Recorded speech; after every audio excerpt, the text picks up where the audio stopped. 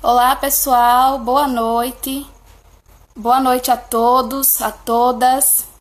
Sejam muito bem-vindos, bem-vindas a mais uma ação aqui do Descomplica TCC. Tentando aqui fixar a nossa temática nos comentários. Deixa eu tentar fixar aqui a temática para a gente poder dar início às nossas discussões. Prontinho, consegui fixar. Boa noite, pessoal, mais uma vez. Que alegria estar com vocês aqui.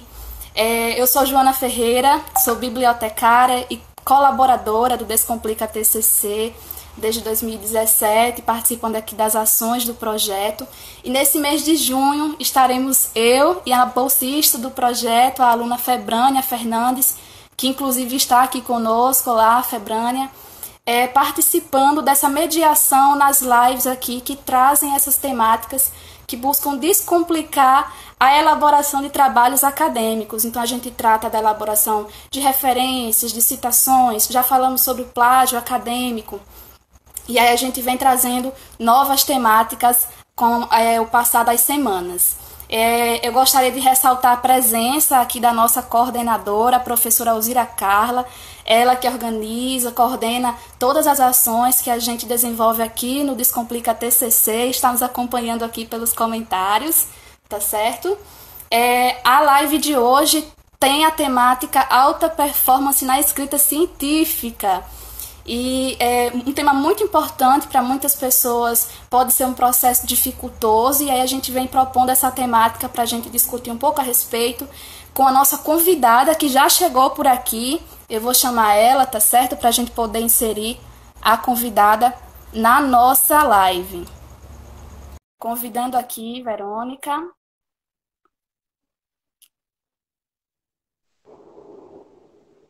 Olá!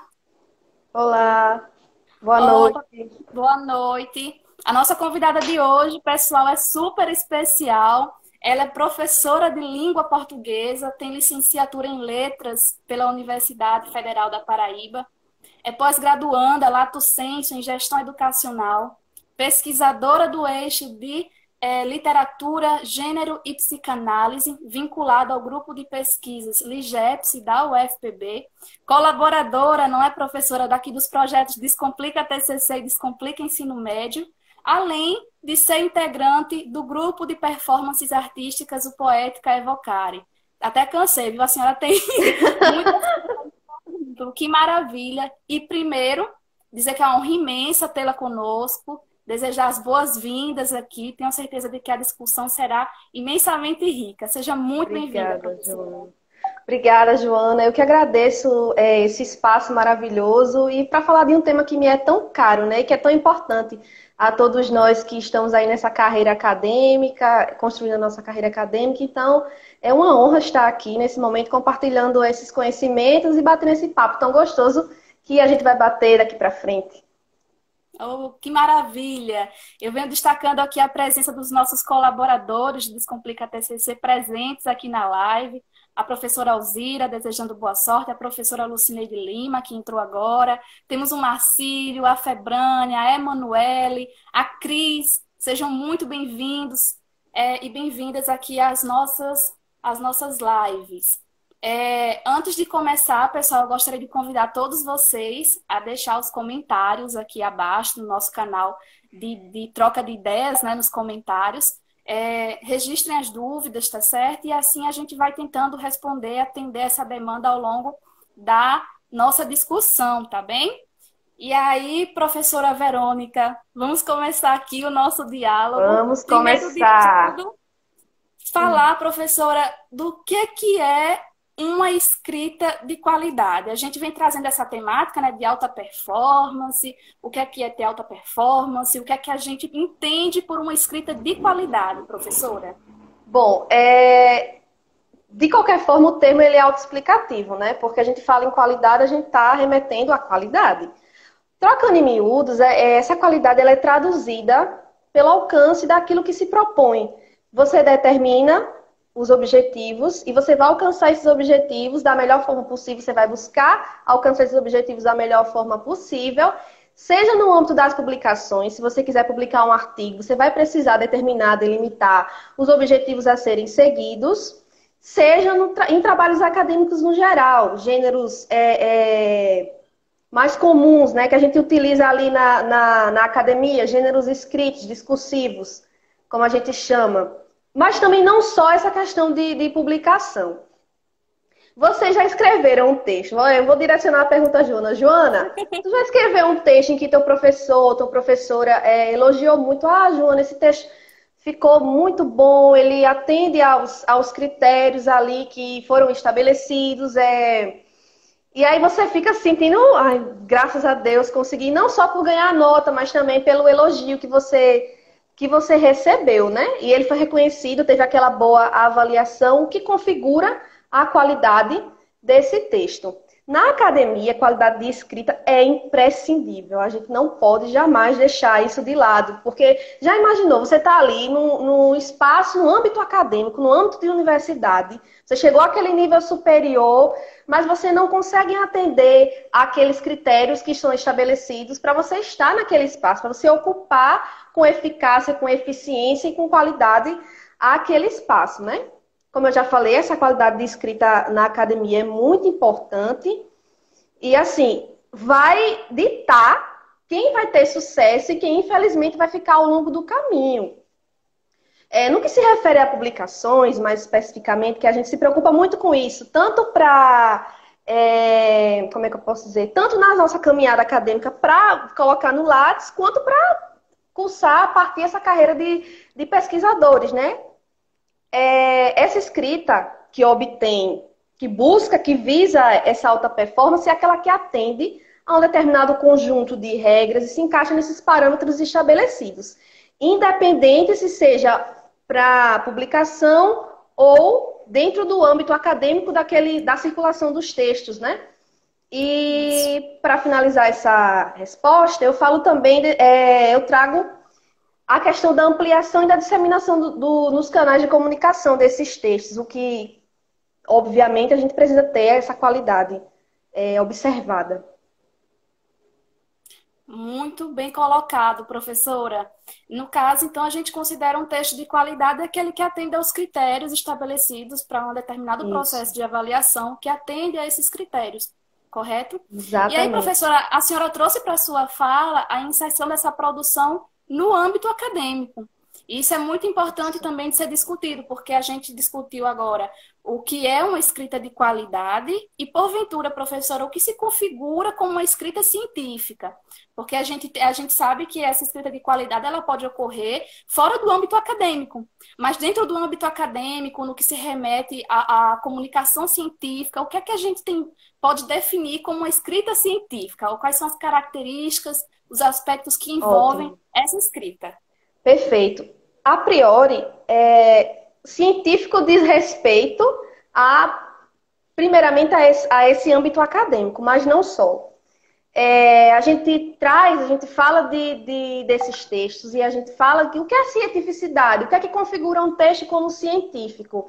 Existem parâmetros de cientificidade que configuram o texto como científico e aí a gente tem esses parâmetros sendo trazidos nos textos em si, na prática, na materialização dos textos. Seja os artigos científicos para a comunicação científica, sejam nos textos que a gente faz em trabalhos de conclusão de curso, sejam as monografias, sejam as dissertações, sejam as teses. Então, nesse âmbito acadêmico, a gente precisa prestar atenção nesses parâmetros de cientificidade, né? Há muitos questionamentos em relação ao que é científico, o que não é científico, no âmbito das ciências humanas. Muita gente questiona a importância das ciências humanas, o que ao meu ver, não deixa de ser uma profunda ignorância, né? Porque, queira ou não, essas áreas de conhecimento, elas têm um impacto, elas têm uma importância muito grande no avanço no crescimento social. Essa escrita científica, ela é configurada primeiramente, a gente deve prestar atenção a critérios técnicos de escrita. Por exemplo, na ciência da informação, vocês têm determinados construtos teóricos que configuram, que caracterizam a sua área. Em linguística, a gente também tem. Nas áreas das ciências exatas, eles também têm as características que configuram aquela determinada área. Então, acima de tudo, uma escrita científica é aquela que tem a finalidade de contribuir cientificamente para determinada área do conhecimento. Maravilha, professora, as suas colocações. E isso fica, para alguns alunos, eles não têm uma certa dificuldade, né, em conseguir perceber essas diferenças entre um texto que, por exemplo, a gente pode produzir durante o ensino médio, para a diferença de um texto e as exigências de um texto com caráter científico quando a gente Exato, ingressa na academia, é né, e verdade. se atentar a essas regras, a essas normas que a gente vai falar um pouquinho mais à frente, fazer essa associação é muito importante para conseguir compreender a diferença entre esses tipos de escrita, né?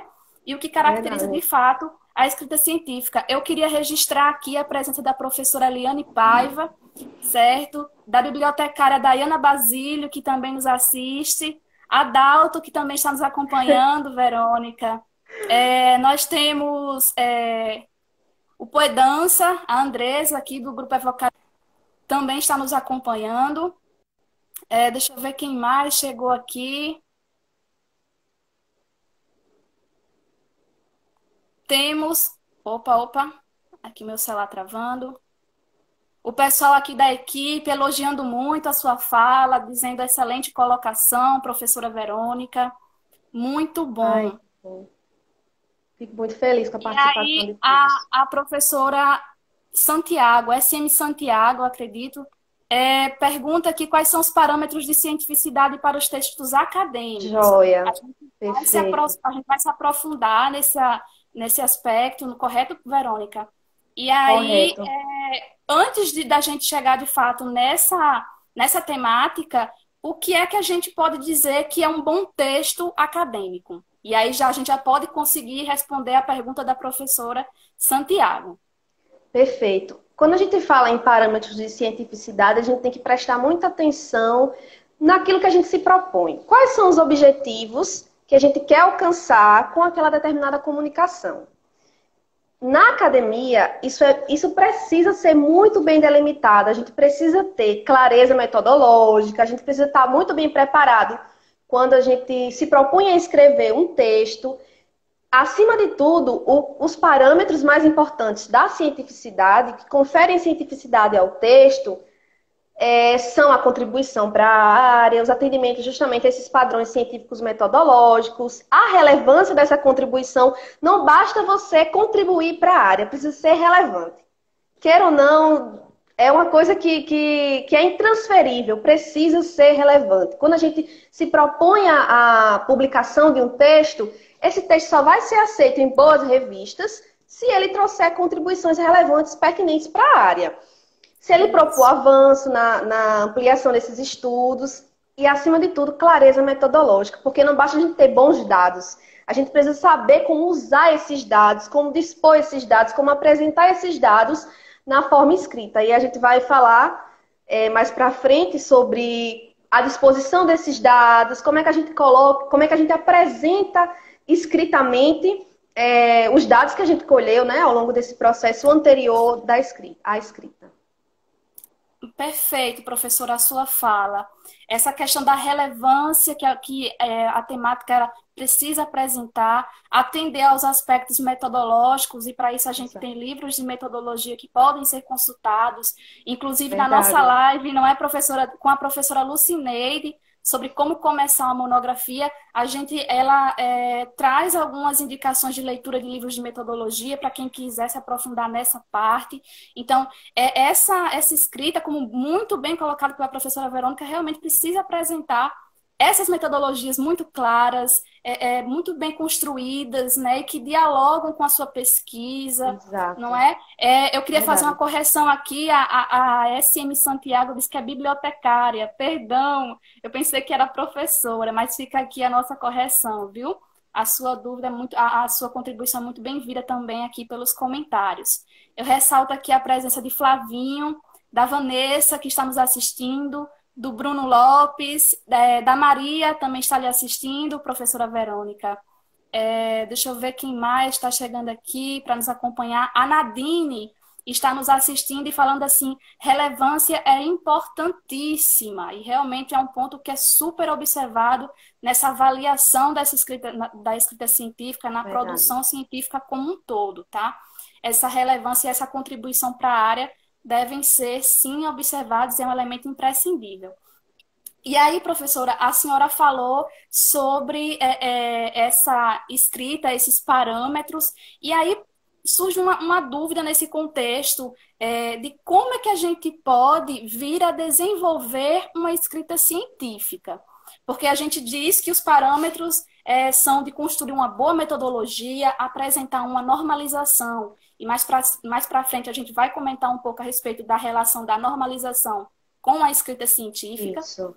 E aí a gente observa que essas são os parâmetros que precisa apresentar a escrita científica. Mas aí o que é que eu posso fazer, professora, para desenvolver ou aprimorar essa escrita científica? E aí a nossa professora Alzira, ela traz uma contribuição muito grande em diálogos com a nossa equipe de que há uma relação muito profunda da leitura com a escrita, Com certeza. correto? E aí o que é que a senhora poderia falar a esse respeito? Elas são inseparáveis, a leitura e a escrita. Bom, quando a gente entra na universidade, a gente se depara com novos textos. A gente está acostumado a escrever alguns gêneros textuais na escola. Quando a gente entra na universidade e ingressa no ensino superior, a gente vai ter contato com novos textos, com novas formas de se comunicar. Ou seja, é um mundo novo. É cheio de possibilidades e desafios, mas nesse momento, o estudante, como ele vai ter contato com novas formas de escrever, com a forma de escrever científica, bate aquele certo medo. Quando a gente entra, bota os pés na universidade, a gente faz, meu Deus, aí o professor pede, eu quero uma resenha, eu quero um resumo, eu quero um artigo, eu quero... E você fica, meu Deus, o que será isso? Como é que eu vou me adaptar? É por isso que é tão importante a gente passar pela disciplina de metodologia do trabalho científico. Essa disciplina ela foi preponderante. Essa disciplina é preponderante para essa caminhada de sucesso na academia. Então, a gente tem que prestar muita atenção. No ensino básico regular, com certeza, a gente escuta falar sobre coesão e coerência. Todo estudante já deve ter ouvido, um bom texto é aquele que é coerente e aquele que é coeso, não é? A gente escuta isso direto, mas o que é isso no fim das contas? A gente vai falar um pouquinho disso mais pra frente. E é verdade, um bom texto é aquele que é coerente e aquele que é coeso. Mas como é que acontece essa materialização? Bom, para que ocorra a construção desse texto, é necessário atentar, como a gente já falou, para alguns requisitos que promovem essa qualidade. Sejam os textos acadêmicos, mas também a gente fala de textualidade no geral. Toda a escrita de texto, a gente precisa prestar atenção para que ele seja de fato um texto, senão ele vai ser só um construto de frases desconexas, de enunciados desconexos. Na academia, o estudante ele terá que produzir esses textos.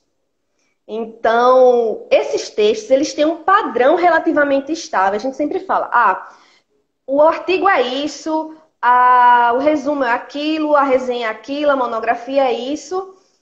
E esses textos, eles têm características. A gente está muito acostumado a falar de texto e se referir a texto como produção textual. E o que de fato não deixa de ser verdade, mas esse termo é muito vago, já que cada produção ela possui essas características que a gente já falou e vai falar mais para frente. Que fique registrado que a isso a gente não se refere a fórmulas prontas, mas, como eu já falei, características relativamente estáveis. Esses aspectos que são relativamente estáveis, eles vão configurar esse texto e vão inseri-lo num padrão.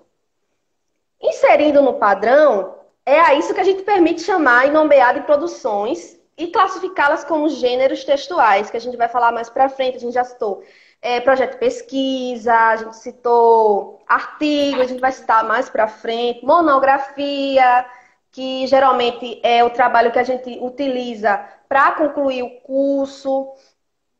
Enfim, existem critérios que conferem à produção escrita status de texto, seja científico ou seja um texto de circulação geral.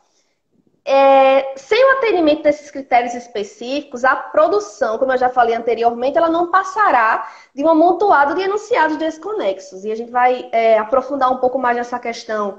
Quais são esses requisitos? As pessoas que estão nos assistindo podem se perguntar. E assim, a gente vai contemplar esses requisitos gerais de escrita mais para frente. Joia, professora. E aí, a senhora falando aí da importância dessa leitura, né, do desenvolvimento desse hábito de leitura importante para que a gente consiga desenvolver com mais facilidade ou com mais qualidade essa escrita científica é muito importante. E aí eu trago, compartilho, né, da minha experiência. Eu desenvolvi o hábito da leitura assim muito tarde. Infelizmente, eu gostaria de ter desenvolvido com mais antecedência. E aí, no ensino médio, a gente está muito acostumado a fazer a reprodução da escrita, né? Isso, Um texto está disposto num livro, está isso. disposto na internet, e a gente faz aquele famoso Ctrl+C, Ctrl+V Ctrl durante o V. ensino médio, e aí a gente chega no ensino superior e a gente Muito percebe que comum. a escrita científica, ela tem outras exigências. Então, a gente precisa pensar criticamente sobre aquilo que a gente lê, fazer uso de citação, fazer uso de referências para conseguir atender a esses requisitos que tornam essa escrita a escrita científica. Com Muito bem certeza. colocado, professora. E aí, outro ponto também que a gente pode colocar como uma curiosidade nesse fato é de que cada um desenvolve o gosto pela leitura de formas diferentes, né? Tem Isso, gente com que, por certeza. exemplo, pode começar a desenvolver o hábito da leitura a partir da leitura de quadrinhos, né? E depois vai passando à leitura de artigos. Mas o que a gente pode também perceber na sua fala é a importância da gente também ler e consultar materiais com teor científico. Então, Com livros certeza. científicos, artigos científicos, para poder ampliar o nosso vocabulário, não é, professora? Com certeza. É E uma se inserir estratégia nesse campo, né? Se inserir e alargar o nosso repertório linguístico e de textos. E de mundo também, né? de métodos, porque quanto Com mais pesquisas a certeza. gente lê, mais métodos a gente consegue se deparar para poder trabalhar durante as pesquisas que nós vamos desenvolver. A gente vai Deixa eu ver aqui. avançando, né? No pensamento. Isso. Deixa eu ver aqui quem mais está entrando aqui na nossa live. A Aline, falando aqui, bombando geral. Elogios aqui à nossa live. Deixa eu ver quem mais aqui está interagindo com a gente. Deixa eu ver se tem mais alguma dúvida. Tem bastante A gente nos professora Beth, assistindo. isso, a professora Beth Baltar também está conosco, a Farias Rá também está conosco, a Juliana, colaboradora do Descomplica TCC, também nos acompanha nesse momento, a professora Marineuma também, registrar a presença dela aqui. Deixa eu ver quem mais. A Elaine está falando aqui que no início do curso deve procurar um curso de escrita. Ela fala dessa possibilidade para que as pessoas consigam desenvolver. A gente vai dar dicas sobre isso mais pra frente, mas é claro que vai ajudar muito se você procurar um curso de escrita ou até conversar com professores de língua portuguesa e buscar até na internet mesmo, no YouTube. E assim, o que não tira o mérito e o que é importantíssimo é você ler e buscar sempre estar por dentro das pesquisas daquela área que você está inserido, né? Isso. Revistas, livros, é muito importante. Eu acho que isso, na verdade, isso é o mais importante. É você ler esses textos que lhe precederam, né? Que precederam ao seu ingresso como pesquisador, como estudioso daquela determinada área. Verdade, professora. E aí eu trago a fala da nossa coordenadora Alzira Carla, quando ela vai de acordo com o posicionamento de Luciana, dizendo: verdade, Luciana, leitura, participação em eventos, escrita colaborativa são fundamentais para o aperfeiçoamento dessa escrita científica. Com E certeza. realmente, tá inserido dentro desse contexto ajuda muito participar de evento, fazer leitura colaborativa. A Isso. professora Ilusca também está aqui conosco. A Maria fala assim, realmente, metodologia do trabalho científico é um componente curricular Estiloso. importantíssimo. Você está conseguindo me ouvir, professora? Eu acho que o vídeo da professora travou aqui. Vamos ver se volta.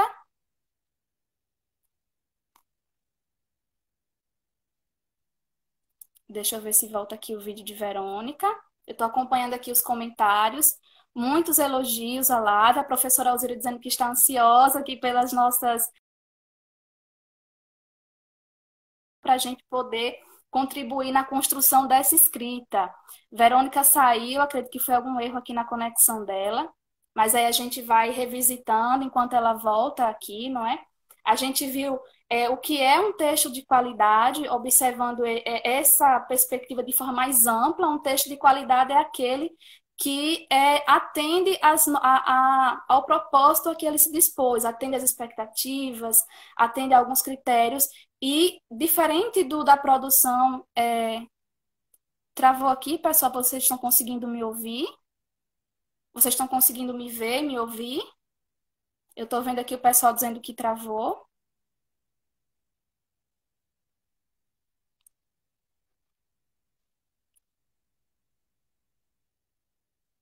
A equipe do Descomplica pode falar aqui no privado ou aqui para dizer se o vídeo está pausado. Ele está pausado? Ah, conseguem me ouvir, certo? Ok, pronto. Eu pensei que eu tinha travado aqui para vocês também. Acho que a professora Verônica já entrou. Vamos ver aqui.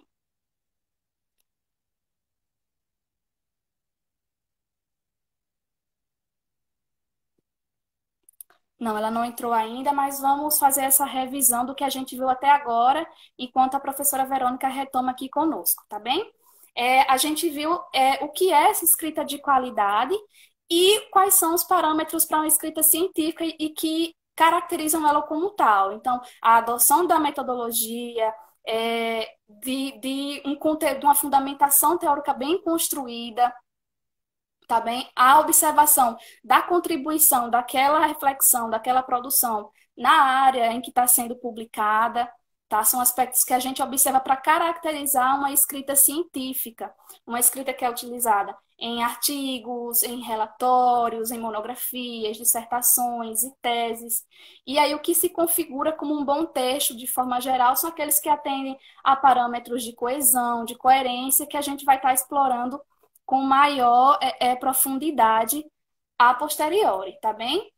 Também ressaltamos a importância do desenvolvimento do hábito da leitura, né, para que a gente consiga desenvolver essa escrita científica.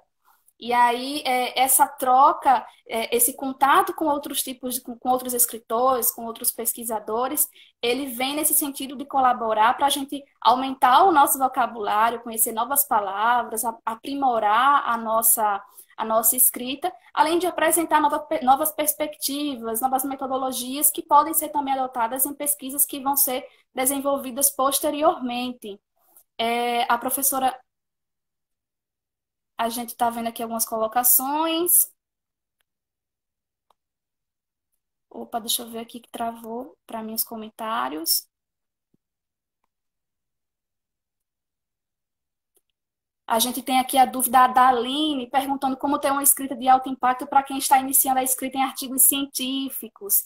E aí a gente pode, antes da discussão com a professora Verônica, a gente já pode adiantar que essa produção, esse contato com essa leitura prévia e a inserção em cursos de escrita científica ajudam muito nesse sentido, Aline.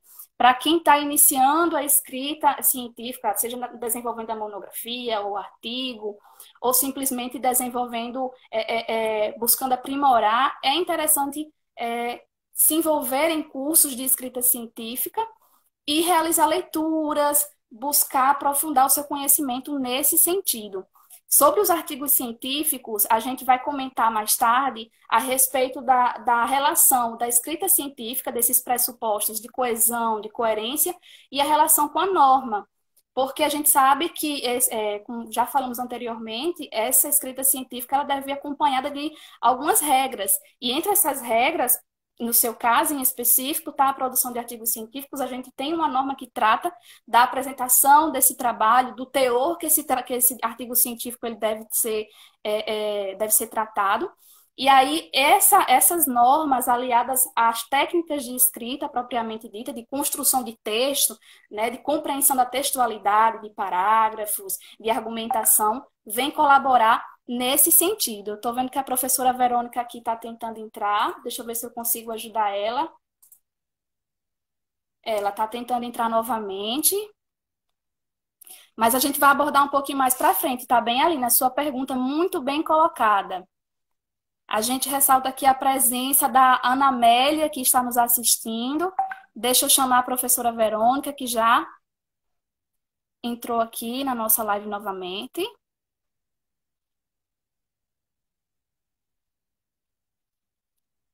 Prontinho, estou chamando ela. Já estou adicionando. Pronto, voltei. Bem-vinda novamente, professora. Obrigada. A gente sabe, né? Esse, Essa internet aqui, esse tempo chuvoso, cai direto. isso, verdade. É um dos do lado ruim, né, da gente estar utilizando assim, é essa questão da estabilidade da internet. Mas graças a Deus temos a Verdade. senhora novamente aqui. Voltamos. E vamos dar continuidade. A gente estava falando do desenvolvimento da escrita. E aí, professora, a Aline ela fez uma pergunta muito interessante, que cabe nesse contexto que a gente estava discutindo. Ela perguntou como ter uma escrita de alto impacto para quem está iniciando escrita em artigos científicos. E aí, eu adiantei a parte da norma, né, que a gente sabe que tem a norma de artigo científico, Perfeito. e de que essas questões de textualidade, de argumentação, de coesão, coerência, tudo isso ele vem para somar com a norma, para aferir ainda mais características de texto científico. E aí a Com busca por certeza. cursos é muito importante. Se a senhora quiser fazer Muito. algum outro adendo, fique à vontade. Eu deixo a dica que a gente vai, com certeza, vai comentar mais para frente, mas é necessário para a gente ir produzindo esse texto, a gente inserir a escrita ao nosso cotidiano. É muito importante, a gente vai pontuar isso mais para frente, mas é importante que a gente insira a escrita no nosso cotidiano. Vai escrevendo, leva sempre um bloquinho para onde você vai. Às vezes você está no ônibus, às vezes você está sentado lá nos banquinhos da universidade e aí você tem uma ideia. É importante que você anote essa ideia e depois incorpore ela, provavelmente, ao seu texto. Isso é muito importante para você ir adquirindo padrões.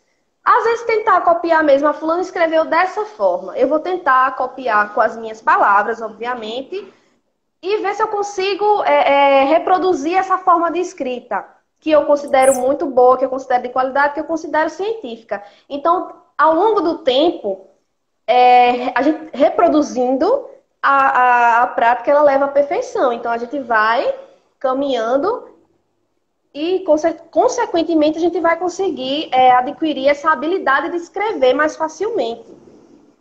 Isso. Esse ponto é muito importante, professora. Lembra muito a ideia da gente procurar em quem se inspirar, não é? Então, Exatamente. buscar se Não é inspirar copiar, nesses viu? É se textos. inspirar, minha gente.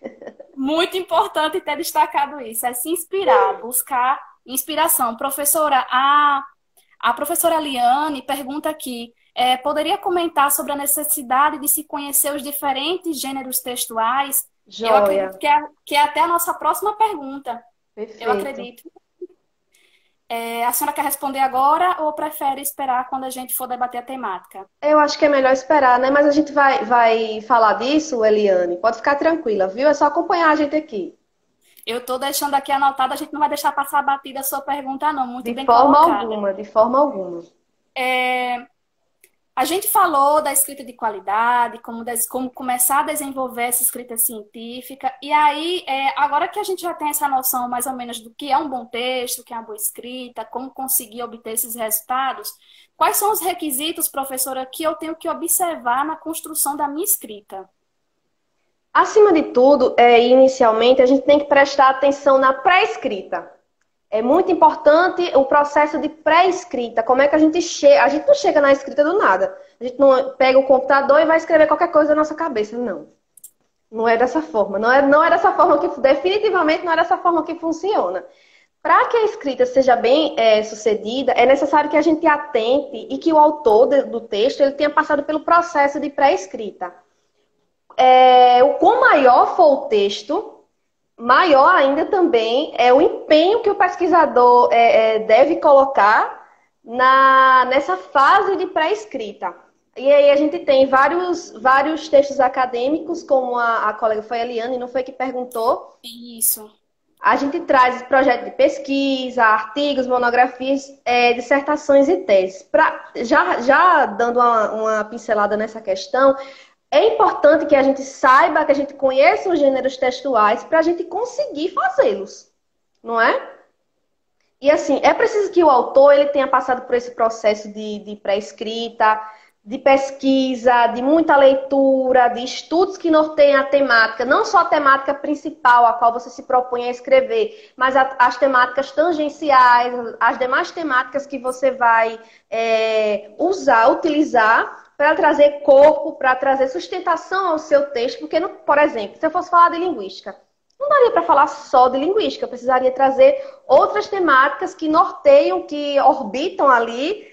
A gente estava conversando anteriormente, né? O Sol é a sua temática principal e as temáticas tangenciais são os planetinhas ali que ficam orbitando a sua temática principal. Elas vão confluir para você conseguir chegar aos objetivos que é de, por exemplo, monografar sobre um tema específico. Eu quero monografar sobre linguística, eu quero monografar sobre ensino e aprendizagem. Para falar de ensino e aprendizagem, Joana fez o TCC aí também nessa área, né?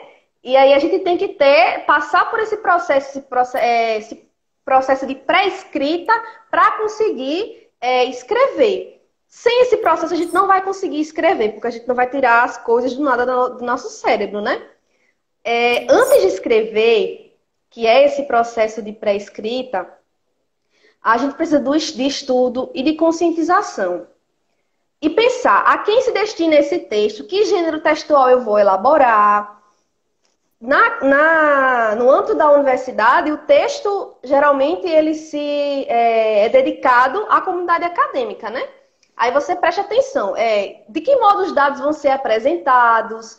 O arcabouço teórico. Como é que eu vou apresentar o arcabouço teórico num projeto de pesquisa? Como é que eu vou apresentar meu arcabouço teórico em um artigo? Como é que eu vou apresentar meu arcabouço teórico na monografia, na dissertação, na tese, que são trabalhos que têm um fôlego maior e precisam de capítulos mais consistentes e mais extensos. Então, você precisa estar extremamente preparado para aquela fase de escrita, para que você não se sinta perdido, né? Essa colocação, professora, que a senhora fez do Sol e dos planetinhas, né, que é o nosso tema central e aquilo que a gente precisa discutir, e isso, acho fantástica essa analogia, ela remete muito mesmo àquela ideia de fundamentação teórica. Então, quando a gente está lá construindo a nossa fundamentação teórica, entender nessa perspectiva, né, de que a gente tem um tema central, mas que podem existir outras esferas que a gente precisa trazer na fundamentação teórica para dar maior poder argumentativo, para dar maior base àquilo que a gente está apresentando. Com certeza.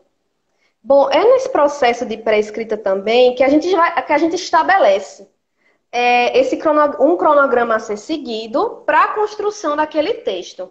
O cronograma, ele tem que dar ênfase à escrita. Veja, você não pode perder muito tempo naquela parte de pesquisa e de estudo, é muito importante, mas você precisa dedicar um tempo hábil para escrever. Já pensou, você está ali preparado, você estudou, você pesquisou, você leu muito, você está preparado para escrever, mas chega na hora da escrita, você não tem tempo hábil para isso. Acaba apresentando um texto que não tem tanta qualidade e você começa a se cobrar.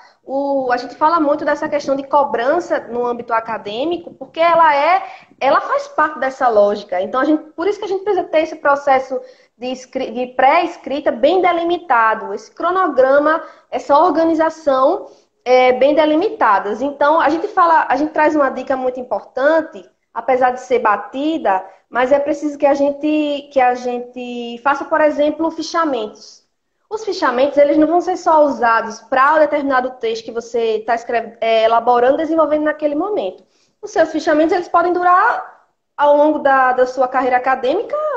Eu tenho um fichamento aqui de 10 anos atrás, 10, eu também estou exagerando, de 5 anos, 8 anos atrás, quando eu ingressei na caminhada acadêmica, eu ainda tenho fichamentos que eu ainda uso. Então, é muito importante essa dica de construir os seus fichamentos, porque aí você vai tendo contato, sempre que você quiser, com os teóricos que respaldam o seu estudo. O seu estudo, né? Isso. A gente tem aqui a colocação da Flávia, dizendo que a participação em projetos e grupos de pesquisa pode ajudar na produção de pesquisa científica. Muito bem colocado, Flávia. Tem toda a razão. Deixa eu ver quem mais está interagindo aqui com a gente. Todo mundo elogiando aqui a pergunta da professora Liane sobre os gêneros textuais. reescrever. A Pronto, Aline fala vamos que falar disso. reescrever é muito importante também para poder Reescrever é desenvolver. preponderante, muito importante. Isso. O pessoal do Guerra e Medeiros Advocacia alerta com cuidado com plágio, tá? Porque a gente falou ali de inspiração, não pode copiar e colar, tem que ter Isso, inspiração. E quando isso. citar, tem que fazer referência. A Exato. professora Fabiana, ela fala aqui que na graduação ela sempre fazia resumos de livros, já com escrita científica, e ajudou Uhum. muito quando ela foi escrever. É justamente isso que a senhora falou agora há pouco da questão dos fichamentos, né? De fazer Isso. resumo, de fazer fichamento. A Vitória Oliveira está aqui dizendo perfeita, parabéns pela live. Pessoal, muitos elogios, professora. Agradeço A muito. Ive, a Ive Leão está dizendo, por isso a leitura é tão importante, até para conhecer o gênero textual. E com a Isso. professora Verônica Pessoal de muito bem letras aí, colocado. né? Pessoal de letras aí Verdade. participando. E aí, como a professora Verônica falou, a gente precisa conhecer esses gêneros para conseguir desenvolvê-los atendendo aos critérios que eles precisam apresentar. Então, como fazer Isso. fichamento, resumo. Tem muita gente, professora, inclusive, que confunde resumo com resenha. E a gente É, sabe que conhecer esse tipo de escrita ajuda demais na hora de desenvolver. com A certeza. professora Eliane também fala que é importante conhecer as fontes de informação. É, Deixa eu ir adiantando aqui, deixa eu ver se tem alguma dúvida para gente. O pessoal falando excelentes abordagens. Deixa eu ver quem mais. Inclusive, a professora Eliane falou aqui de fontes de informação, que é importante a gente conhecer. E a professora Alzira nos lembrou, muito bem colocado, professora, que a próxima live é sobre fontes de informação, então não Perfeito. percam. O pessoal dizendo excelente apresentação. Deixa eu passar aqui. Pronto, o pessoal está aqui falando a respeito da reescrita, professora, Vamos entrar como um nisso fator agora, né? importante. Então, o impacto posterior do texto que você vai escrever, ele dependerá muito desse repertório que você vai construir nesse processo de pesquisa, nessa leitura, como a gente deixa muito bem ressaltado, que a leitura é muito importante. Mas não só a leitura, é preciso que você vá colocando, vá pontuando, vá resumindo, vá fichando, para que depois você tenha acesso àquelas fontes com as suas próprias palavras. A gente fala de fichamento, mas tem vários tipos de fichamento, né? Tem fichamento de citação, tem outros demais tipos de fichamento, mas é importante que você vá já resumindo, vá já trazendo, fazendo fichamentos, para depois você ter acesso a esses teóricos, a ideia desses teóricos que você vai usar para respaldar. Imagina que se você não lê o suficiente, isso vai consequentemente refletir na sua escrita. Num texto pobre em argumentos. Então, a gente precisa muito prestar atenção na construção desse repertório. Falando de reescrita, é importante escrever sem medo. E aqui a gente faz uma ressalva, pessoal, escrevam. Escrevam, mesmo que você ache que aquilo que você está escrevendo não faz o menor sentido. Ah, professora, mas isso não faz o menor sentido. Às vezes eu fico perdido. Escreva, independente se vai fazer sentido ou não. Você pode reescrever depois. O importante é começar a escrever. Ao longo do processo, esse texto ele vai ser retrabalhado. O texto, eu não sei se eu coloquei nessas respostas a analogia de que escrever é como minerar. Eu lembro muito na graduação que tinha um professor meu que falava, gente, escrever é como minerar. Vocês estão lapidando uma pedra que poderá ser preciosa ou não. Já pensou se a pessoa que lapida a pedra o faz de forma errada? Desse mesmo jeito é um texto. Então, escreva sem medo. Não tenha medo de escrever. Não tenha medo de colocar as suas ideias no papel. Até porque esse texto ele vai ser retrabalhado para que tome forma posteriormente. O importante é começar. É muito importante começar. E ter foco nos seus objetivos. Nunca perca os seus objetivos de vista. Isso é muito importante. Exponha o que der na telha e depois vá reescrevendo à vontade. Ah, eu não gostei disso aqui, eu vou reescrever, eu sei que eu consigo transformar isso numa assertiva melhor, num parágrafo melhor. Eu achei que esse parágrafo ficou muito grande, vou diminuir, vou deixar ele mais conciso, vou deixar ele mais claro, mais objetivo. A gente vai falar isso. mais para frente, mas o importante é incorpore a escrita ao seu cotidiano. Isso é uma dica de ouro. Me deram essa dica lá no início da graduação e eu levo para a vida. Incorpore a escrita ao seu cotidiano, incorpore essa prática ao seu dia a dia. Até porque, gente, até o exercício de escrever uma lista de compras, ela contribui para a adoção de roteiros e processos. A gente fala, uma prática tão bobinha, vou escrever uma lista de compras. Não. Você se organiza para ir ao mercado, escreve aquela listinha de compras, eu vou precisar disso, disso, disso, disso. Você vai absorvendo aqueles padrões de texto, aqueles padrões de fazer roteiros, de fazer processos, de trabalhar com processos. Isso vai exercitar muita cognição. E como a gente já trouxe, pode falar, Juna. Não, pode concluir seu pensamento. Como a gente já falou anteriormente, converse sobre os temas com seus amigos, com o seu orientador. Não tenha medo de tirar dúvidas. É muito importante que você tire as dúvidas que você tem, para depois você estar no processo de escrita, estar escrevendo aquilo ali e fica pensando, meu Deus, será que isso faz sentido? A quem eu devo recorrer? Com quem eu devo falar para tirar essa dúvida? Por isso que é muito importante tirar as dúvidas. Não deixe que nada fique obscuro, certo, pessoal? Quando você conversa com outras pessoas, você vai testando a sua eloquência no assunto, o seu domínio de conteúdo. Eu costumo dizer, trazendo agora para a experiência pessoal, quando eu estava escrevendo a minha monografia, eu dividia muito com um amigo meu chamado Everton. Everton, ele me trazia perspectivas que eu ainda não tinha explorado. Então, isso é muito importante, que você converse com outras pessoas, esteja sempre em contato com o seu orientador. A escrita, pessoal, ela não precisa ser solitária, não. Muita gente fala, a escrita de trabalhos longos é muito solitária. Mas, a partir do momento que você passa a compartilhar esse conhecimento com outras pessoas, ajuda muito. E, para finalizar, eu trago mais uma dica, que é a de escrever sobre o processo. Eu tô com muita dificuldade, professora, eu não consigo escrever de jeito nenhum, eu tenho problemas com escrever. Gente, escreva sobre o processo que você está desenvolvendo. Escrever sobre o processo é muito importante, fazer um diário de bordo, falar sobre as dificuldades, falar sobre essas dificuldades e transpor elas do campo mental para o campo escrito pode ajudar muito na visualização daquilo que te amedronta, daquilo que te deixa com medo ao escrever. E com certeza, sem dúvida alguma, vai promover consciência de que aquele problema ele não é tão gigante, ele não é tão amedrontador quanto ele parece ser. E colocações inspiradoras, professora, para quem quer desenvolver aí a escrita científica. A Poliana Mary está perguntando aqui qual livro a senhora indica para pesquisadores iniciantes.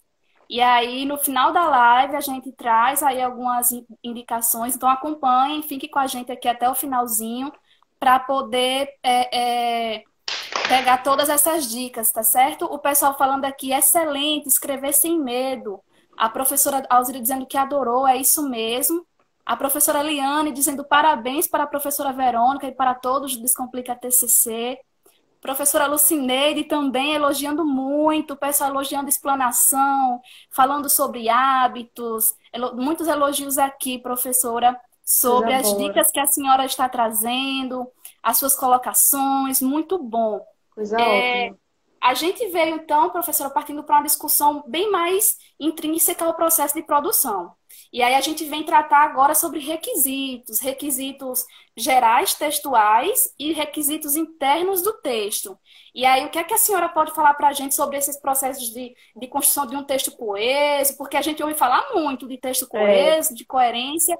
E o que é isso de fato, professora? Então, eu costumo dizer, aliás, eu costumo reproduzir o que os meus professores me ensinaram na graduação, que o exercício da prática textual é o que leva a patamares de performance acadêmica. Inclusive, a professora Alzira, ela fala muito isso pra gente. A gente conversou anteriormente a live e ela trouxe essa questão para nós. Primeiramente, a gente tem que ver. Vamos dar exemplo de uma monografia. Vou monografar sobre determinado tema. Primeiramente, a gente tem que pensar, o tema, ele rende uma monografia? Será que ele vai ser extenso o suficiente para que eu monografe sobre aquele tema? E aí, para alcance desse bom texto, para a gente conseguir ter essa alta performance no texto, a gente precisa obedecer esse padrão formal, como a gente está falando do ponto de vista, da perspectiva da academia, da universidade, é preciso que a gente observe esses padrões de texto e essas construções de requisitos gerais e requisitos internos. Bom, existem fatores que fazem da sequência linguística um texto. A esses critérios a gente chama de textualidade, que é o conjunto desses fatores. Os requisitos gerais textuais são coerência, coesão, fluência, objetividade. Os requisitos internos do texto, embora pareça que não são a mesma coisa, são a mesma coisa. São os tópicos frasais, que são as frases, os parágrafos, a concordância que você discorre, que você compõe, que você constrói, que você estrutura essas frases, no desenvolvimento dos parágrafos, os requisitos gerais textuais, os requisitos internos. Aliás, os requisitos gerais textuais, que são a coesão, a coerência, a fluência, a objetividade, elas são, na verdade, a materialização. Quando a gente fala de requisitos internos do texto, a gente traz essa coesão e coerência para a materialidade do texto. A materialização desses critérios são os requisitos internos do texto. A gente vai observar que, queira ou não, a gente tem que prestar muita atenção nisso, porque a gente fala, são termos muito técnicos. Professora, mas eu estou falando de forma muito técnica, aí coesão e coerência, mas eu estava conversando com o Jana anteriormente, isso já está intrínseco à nossa escrita. Por exemplo, Jana está aí no mestrado. Ela já escreve de forma fluente, apesar de nem sempre ter consciência do maquinário que rege aquela construção. Aquelas construções de texto, elas existem. Muito bem colocado, professora.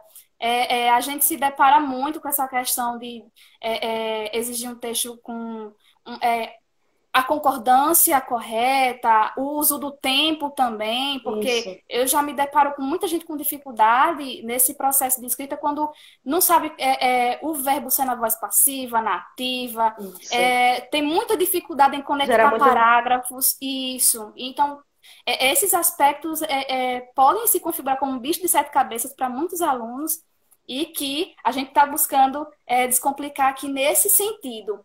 Vamos passar, então, professora, a falar um pouco sobre esses requisitos gerais textuais. Vamos lá. Antes disso, eu queria só registrar aqui a presença da professora Alba Lígia, professora aqui do curso de Biblioteconomia, que também está nos assistindo.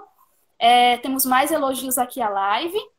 E aí, quais são esses requisitos gerais textuais? O que é exatamente coesão? O que é coerência? O que é fluência? O que é que a senhora pode falar a esse respeito? Então, vamos lá começar com coesão, né? A gente escuta desde sempre, tem que ter coesão, tem que ter coerência. Já quando a gente começa ali, faz o Enem, faz a produção de texto que o Enem pede, e aí sempre fala, a gente precisa ter coesão e coerência. O que é coesão? Coesão nada mais nada menos que a ligação entre os construtos internos do texto, é a harmonia entre os elementos de um texto. A gente percebe que essa definição, quando a gente lê um texto, ela pode não parecer tão visível, mas ela está lá. Se você termina de ler um texto e percebe, esse texto foi maravilhoso, esse texto me trouxe muitas contribuições, eu li esse texto e ele foi muito produtivo para mim, eu consegui aprender muito com esse texto. Então, com certeza, esse texto, ele faz uso de elementos de coesão. Esses elementos de coesão, eles determinam justamente a transição das ideias entre as frases e os parágrafos. É a coesão que vai reger como você liga um parágrafo ao outro. Por exemplo, a gente começa geralmente, está escrevendo o texto, ao longo do texto. Aí você utiliza lá no parágrafo seguinte, nesse sentido, vírgula e dá continuidade. Desse modo, vírgula e dá continuidade. Ou seja, esses operadores argumentativos que a gente chama, essas locuções a união essa junção desses termos, por exemplo, desse modo, nesse sentido, elas permitem com que você dê continuidade à ideia que você estava desenvolvendo no parágrafo anterior. Imagina um texto de um parágrafo só. Ninguém tem fôlego para ler um texto de um parágrafo só, não é? Um texto muito grande, sem um intervalo ali, não é? Para a pessoa respirar. Exato.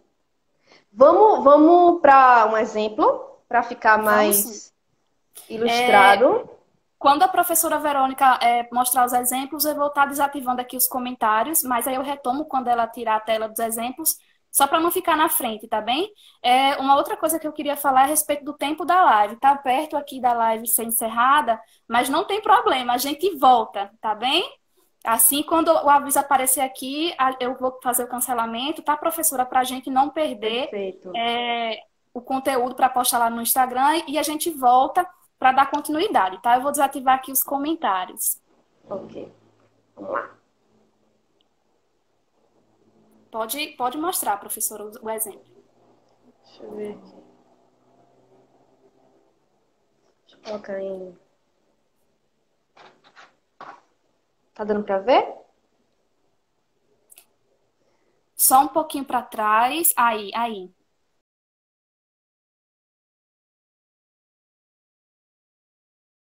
Pronto. Aqui a gente tem uma construção bem fácil de entender. Joana é amiga de João e Marta. Joana estuda na Escola Estadual Conhecimento e Saber junto com João e Marta. Joana estuda muito. João e Marta não estudam muito. Joana passará para a série seguinte. João e Marta ainda não sabem se passarão para a série seguinte. Percebe como o texto é repetitivo, ele é cansativo. Então, esse texto, ele tá desse jeito, ele tá repetitivo porque ele não faz uso de elementos coesivos. Ele não faz uso de operadores argumentativos, de conectivos. Então, ele acaba sendo repetitivo, truncado, cansativo e, consequentemente, sem fluência.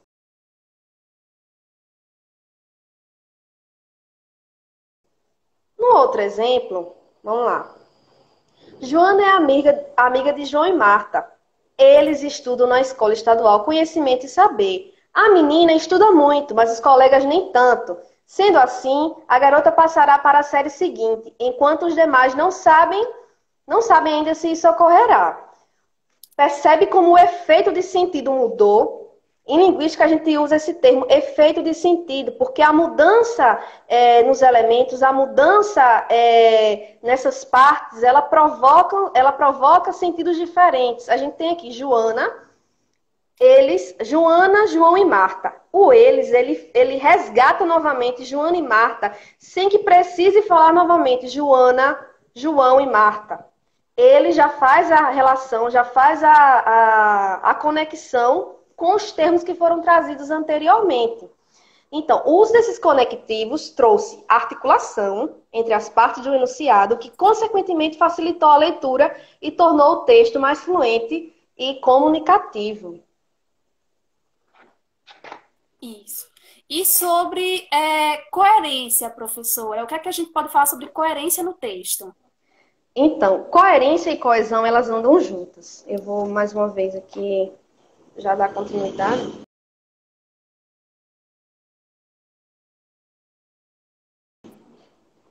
Pronto, a gente tem aqui essa leite, manteiga, pão, vassoura, detergente. Aparentemente parece sem. O que é que significa isso? Parece só um construto aleatório, não é? Quando a gente vem aqui com lista de compras, aí a gente já sabe.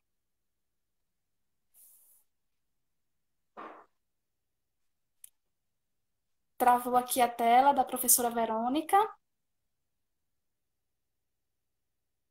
Vamos ver se ela consegue retomar.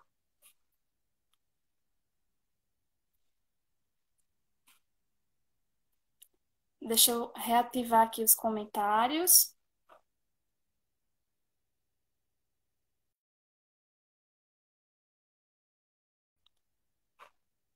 Pronto, a conexão da professora caiu, a gente vai esperar ela voltar. Vamos acompanhar aqui os comentários até então.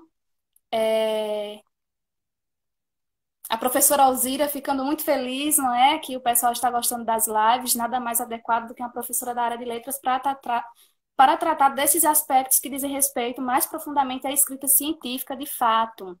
A gente fica muito feliz em contar com a professora Verônica. O tempo aqui tá para acabar, pessoal. Eu vou encerrar e a gente retoma já já, tá bem? Não saiam daí, voltem. Pronto, retomando aqui a nossa live. Deixa eu fixar aqui o nosso comentário. Já temos algumas pessoas entrando. Vamos esperar aqui o pessoal entrar. A gente está tratando na live de hoje sobre alta performance na escrita científica, com a convidada a professora Verônica, trazendo aqui algumas dicas sobre os aspectos que envolvem a escrita. Aqui, deixa eu só corrigir. A professora Verônica já entrou na live. Vamos ver aqui se ela consegue conectar. Prontinho, voltamos. Pronto. Vamos Vamos retomar lá. então. A gente estava falando sobre coesão, né?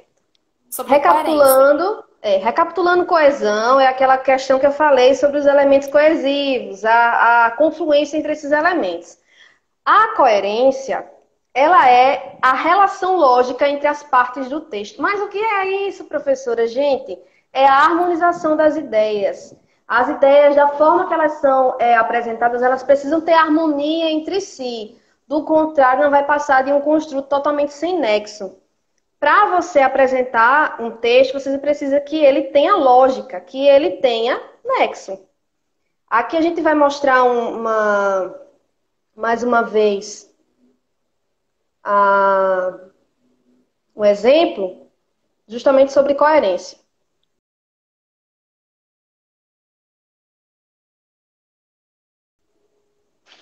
Vamos lá. Tá dando para ver? Tá. Por um lado, Isso aí. Por um lado, o dia está bonito. Por outro, acho que não comprarei nada. Isso porque o sol está forte e não quero lavar o carro.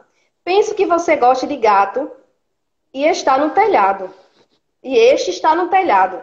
É tão estranho que a gente nem consegue. E o cachorro latiu forte. Finalmente, o futebol é uma prática esportiva lastimável. Ou seja, totalmente sem coerência. Apesar dele ter elementos coesivos, está vendo aqui, ó, por um lado, por outro, isso porque ele não apresenta, tá vendo? Ó? Ele está coeso, porém ele está incoerente. Coeso por apresentar esses mecanismos que amarram o conteúdo interno do texto, mas incoerente por não apresentar significação lógica. Aquele texto anterior que a gente apresentou, ele não tem significado nenhum. Ele não comunica nada, ele não diz nada. Essa sequência de frases soltas não promovem a confluência do sentido geral. Ou seja, não promovem fluência, não promovem coerência, não promovem nexo, não promovem harmonia. Então, por isso que a gente fala que coesão e coerência, elas caminham de mãos dadas, elas andam juntas. A coerência é aquela questão mais geral do texto, o sentido mais geral, a lógica do texto, e a coesão é responsável pela união de cada parte do texto, seja das partes frasais, sejam dos parágrafos, dos períodos, das orações. Muito bem colocado, professora. E essas observações, elas são muito importantes na hora de construir a fundamentação teórica, porque tem gente que costuma fazer aquele retalho, né? Aquela coxa de retalho, copiar daqui, copiar dali, vai montando as ideias sem conseguir, às vezes, sem conseguir usar os conectivos, que é dessa forma, nessa perspectiva, dá maior fluidez no texto. E, às vezes, sem conseguir fazer essa ligação de parágrafo, né? A sentença anterior com a que está vindo posteriormente. Muito bem colocado. Sobre fluência, objetividade e concisão, professor, o que é que a gente pode falar a respeito desses outros aspectos que também envolvem a escrita? Então, fluência também está de mãos dadas. A gente pode dizer que coesão e coerência, eles são os principais. A fluência ela é dada a partir da coesão e a partir da coerência. Para você ter um texto fluido, agradável, é necessário que você evite os períodos longos, como a gente já falou, porque é muito difícil você conseguir construir períodos longos que tenham coerência e que tenham coesão. É necessário também que a gente evite a repetição de palavras, hermetismos e verbalismos. A gente vai falar sobre isso mais para frente. Mas agora eu quero trazer um pequeno exemplo sobre essa questão de fluência. Deixa eu desativar aqui os comentários para a senhora mostrar o exemplo. Pronto.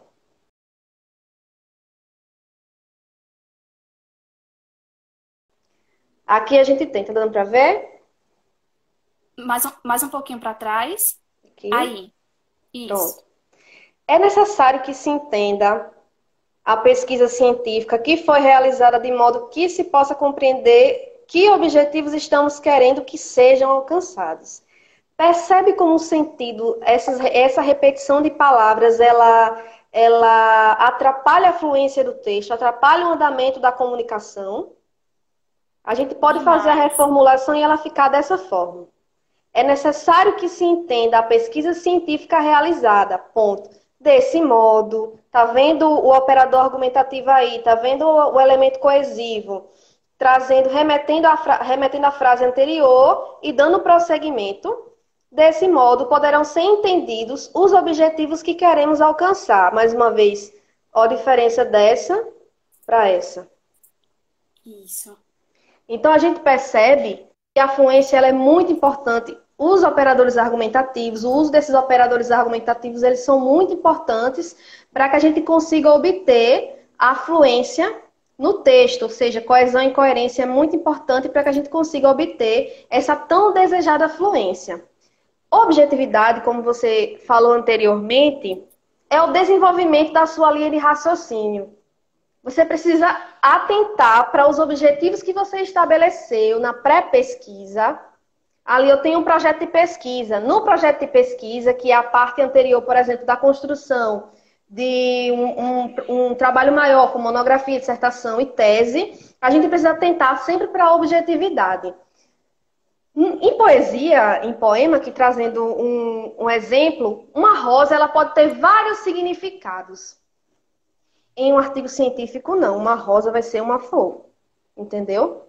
A linguagem científica, ela não permite essas analogias, e muito menos sentido figurado. É por isso que a gente fala, para se atentar para a objetividade, a gente precisa confluir, a gente precisa chegar em determinado ponto. Por isso que a gente estabelece objetivos gerais, objetivos específicos que vão ajudar você a chegar no seu objetivo geral. Muitas vezes, quando a gente está escrevendo, a gente acaba perdendo, entrando por bifurcações, entrando por caminhos que não são assim tão desejáveis e que acabam comprometendo a escrita final do nosso trabalho. Para isso que é muito importante a gente ser conciso. É muito importante concisão, gente. Sem florear demais, sem rebuscamento, sem obscurantismo e sem empregos desnecessários de adjetivos e advérbios. Já imaginou? Aquele trabalho, aquela sentença cheia de adjetivos e você não consegue entender. Esse trabalho é muito pertinente, é muito relevante, isso é muito vago. Por isso que a gente precisa de concisão e objetividade. Isso lembra muito, professor, uma coisa que, inclusive, eu cometo às vezes, caio nessa falha de, por exemplo, vou procurar, ao invés de procurarei. Né? A gente pode enxutar isso, Isso, e exatamente. eu acredito que é o vício de outras pessoas também, né? Da gente dizer, ao invés de dizer procurarei, a gente sempre fala, Isso. vou procurar. A gente Então, a gente tem essa tendência de trazer a forma com que a gente fala, nossa linguagem oral, para a escrita.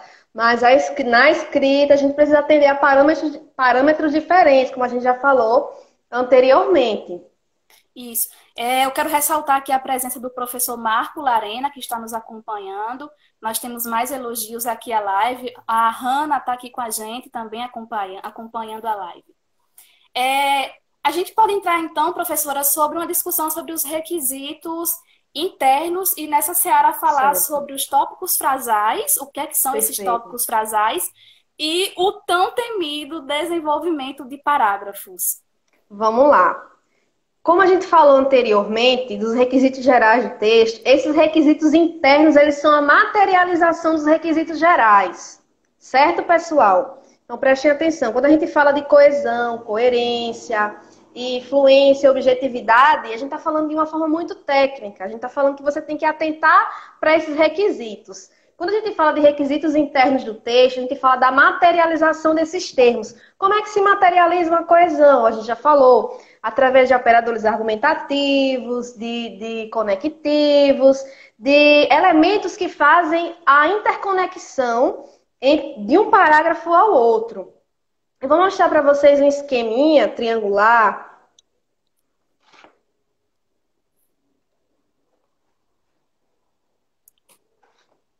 Deu para ver? Dá sim.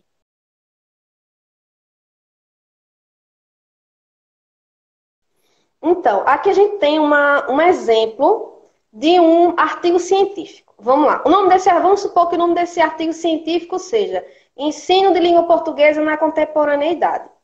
Aqui esse esquema triangular ele serve para ilustrar que você deve iniciar a escrita a partir da contextualização de coisas mais gerais. Por exemplo, aqui optei por colocar contextualização sobre a linguística. Fui afunilando, coloquei concepções de língua e linguagem. Afunilei mais ainda, trouxe a trajetória do ensino educacional do português. Percebe como vai ocorrendo esse afunilamento do mais geral para o específico. Posteriormente, falando sobre o currículo atual, a Base Nacional Comum Curricular, diretrizes e parâmetros que regem o ensino de língua portuguesa. E no final, você vai chegar ao seu objetivo final, que é falar mais especificamente sobre o ensino de língua portuguesa na contemporaneidade. Cabe ressaltar que isso aqui é apenas um exemplo, tá, pessoal? De como você começa a falar de forma mais geral, você vai iniciar a discussão, você vai introduzir a discussão falando de linguística e depois você vai, ao longo do desenvolvimento do trabalho, afunilando do mais geral ao mais específico, certo? Isso remete muito, professora Verônica, àquilo que a gente vê na norma de numeração progressiva, por exemplo. A gente tem nas normas da BNT uma norma para tratar sobre numeração progressiva que ela vem justamente para ilustrar essa divisão do trabalho. Então, a gente vai estar sempre trazendo na nossa fundamentação teórica esse processo, como a senhora muito bem colocou, de afunilamento. Isso. Verificar qual é o nosso tema geral, tratar dessa perspectiva mais globalizada e ir afunilando para aquilo que é, de fato, a concentração da nossa pesquisa, do nosso artigo, da nossa monografia. Justamente, a professora Alzira aqui está colocando, esse exemplo de organização triangular da escrita de um texto é perfeita. Dica para a fundamentação teórica. Muito bem colocado, professora Alzira. Pronto. E aqui, partindo então, professora, já que a gente está falando sobre o desenvolvimento de parágrafo, né, dessa construção frasal, dessa sequência lógica em que a gente apresenta essas informações, né, da importância desse fato, como é então, professora, que a gente vai tratar da construção desses parágrafos? Assim, tem alguma regra de quantidade de linhas, alguma coisa que diga em relação à sua extensão, quais são as dicas que a gente pode trazer para a construção desses parágrafos na pesquisa? Assim, não existe uma fórmula pronta. Eu não posso chegar aqui e dizer, existe esse modelo. Existem formas de você construir um parágrafo. E aqui a gente vai trazer um exemplo da construção desse parágrafo, mas cabe ressaltar que não é uma regra, tá, pessoal? É um exemplo de como você pode iniciar a sua frase, iniciar o seu parágrafo e posteriormente desenvolver. Trazendo mais uma vez a questão do esqueminha triangular, aquilo é uma questão mais geral do texto, mas do mesmo jeito que você vai utilizar aquela questão de falar mais geralmente e especificando, você vai fazer isso também nas partes menores do texto, nos parágrafos. Vou passar para o exemplo que eu trouxe. Tá bem.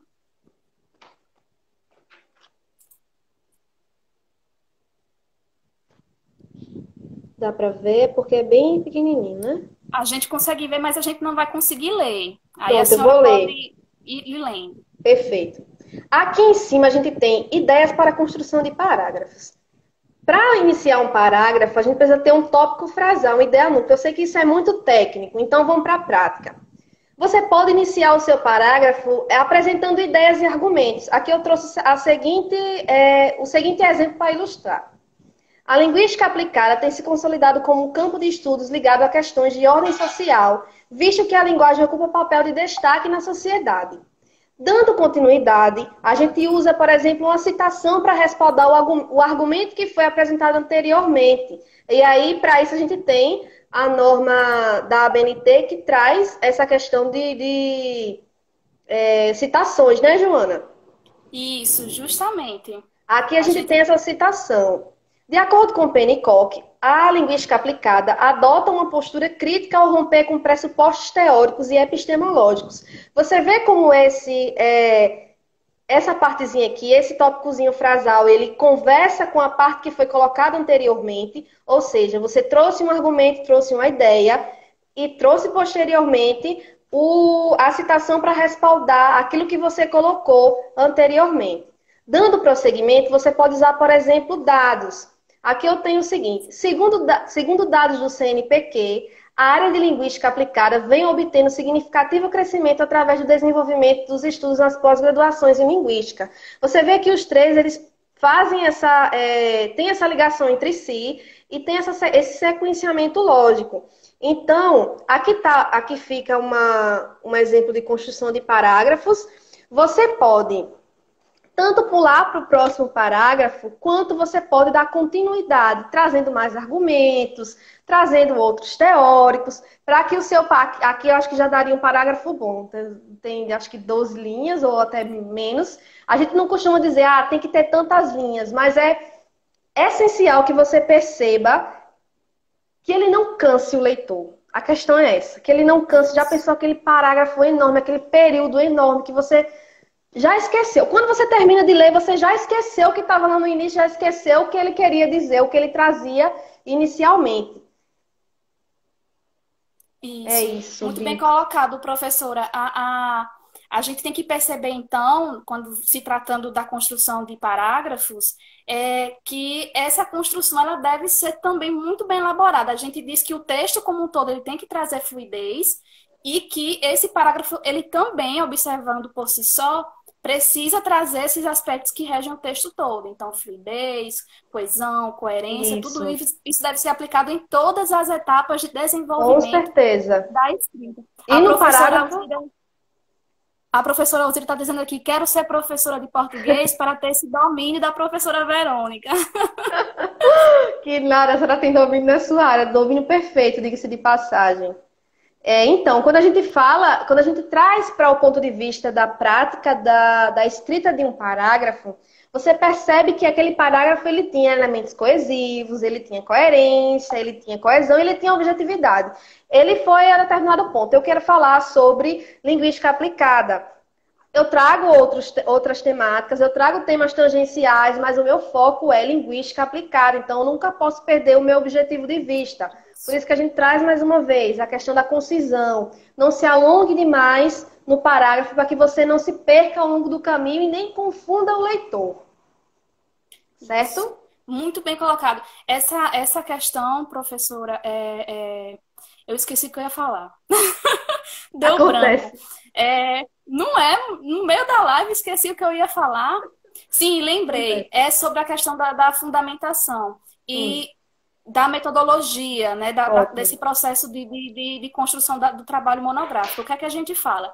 Que esses objetivos, eles devem ser construídos levando em consideração o todo. Então, o seu problema tem que estar sendo alinhado com os seus objetivos. Os seus objetivos, eles têm que ter uma metodologia que atenda a esse objetivo, né? Então, está tudo muito conectado. E essas Exatamente. características da escrita não se excluem. Elas têm que Exato. estar tudo muito bem Tem que estar tudo interligado. conversando ali, tudo dialogando perfeitamente, para que a gente que a gente atenda aos padrões que a gente já falou lá no início da live, né? E assim, eu trago uma dica para o momento que muita gente fala para deixar a introdução para o final. Deixa a introdução para o final. Mas isso nem sempre contempla todas as pessoas, contempla todos os pesquisadores, todos os autores. Eu, particularmente, gosto de escrever uma introdução da introdução.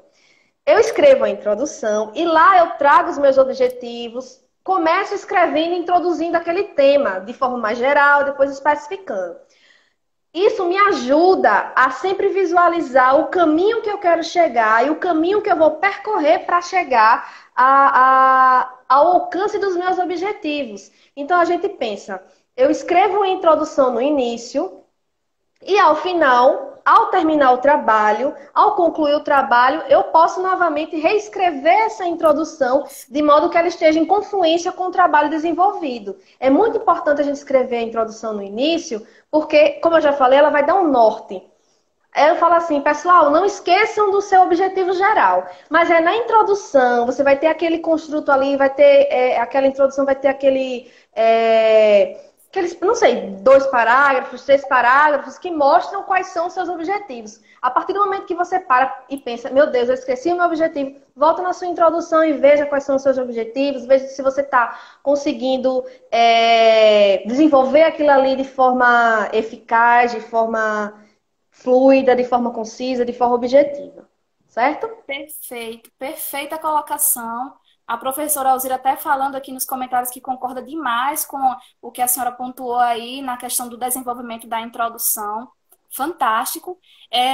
A gente tem aqui uma pergunta da Poliana Meres, dizendo assim, professor, o que a senhora acha sobre citar autores nas considerações finais? Sempre me foi dito que não é o correto, mas a BNT não condena. Gostaria de escutar a sua opinião. Então, na minha humilde opinião, eu acho que não cabe você trazer citações diretas para a sua conclusão. Porque aquela parte de Maria está escrevendo aí, aquela parte de conclusão, aliás, você já contemplou as citações diretas ao longo do trabalho. Isso é muito importante que você faça, que se deixe na fundamentação teórica. Você pode sim trazer as vozes de outros autores na conclusão, mas é importante a gente dizer que é melhor que se traga através da citação indireta, certo? Na minha conclusão, eu trouxe a citação indireta de Freud, que eu falei sobre melancolia e luto em uma literatura. Então, na minha conclusão, eu coloquei uma citação indireta de Freud. Eu fiz a paráfrase, como a gente sabe. E para fazer a citação direta, a gente precisa construir que fique registrado que paráfrase, gente, não é transcrição, tá? Não é transcrição do pensamento. Transcrição é justamente transpor a fase integral, o pensamento integral do texto, do autor, para o seu texto. Isso é transcrição. Paráfrase é diferente de transcrição. Transcrição é uma característica da citação direta. Paráfrase é uma característica da citação indireta, certo? Como ela falou, a BNT não condena, mas também não é visto com bons olhos por alguns pesquisadores, né, Joana? Eu acho que vocês Isso. falaram sobre isso na Justamente. live de citação, né? Isso, a gente sempre trata, né? E a gente considera que nas considerações finais, quem tem que se sobressair é a voz do autor. Então, Isso. você, como autor daquele trabalho, você já trouxe na sua fundamentação as citações diretas, citações indiretas, trouxe todo o arcabórico, o arcabouço teórico, para o desenvolvimento da sua pesquisa. Quando chega lá no finalzinho, nas considerações, é É hora de importante se colocar. isso, justamente, do autor se colocar ali. Então, é por isso que não é bem visto por alguns pesquisadores, por alguns autores, colocar essas citações. A BNT, ela realmente não condena, mas fica a recomendação de que, nas considerações finais, quem deve se sobressair é o autor, tá? Ressaltando os resultados da pesquisa, se o objetivo foi Exatamente. Até alcançado. porque você já fez a sua discussão anteriormente, você já trouxe os seus dados, já analisou, já trouxe os resultados. A parte final das considerações finais, elas ficam ali para fazer aquele apanhado geral do que foi abordado ao longo do trabalho.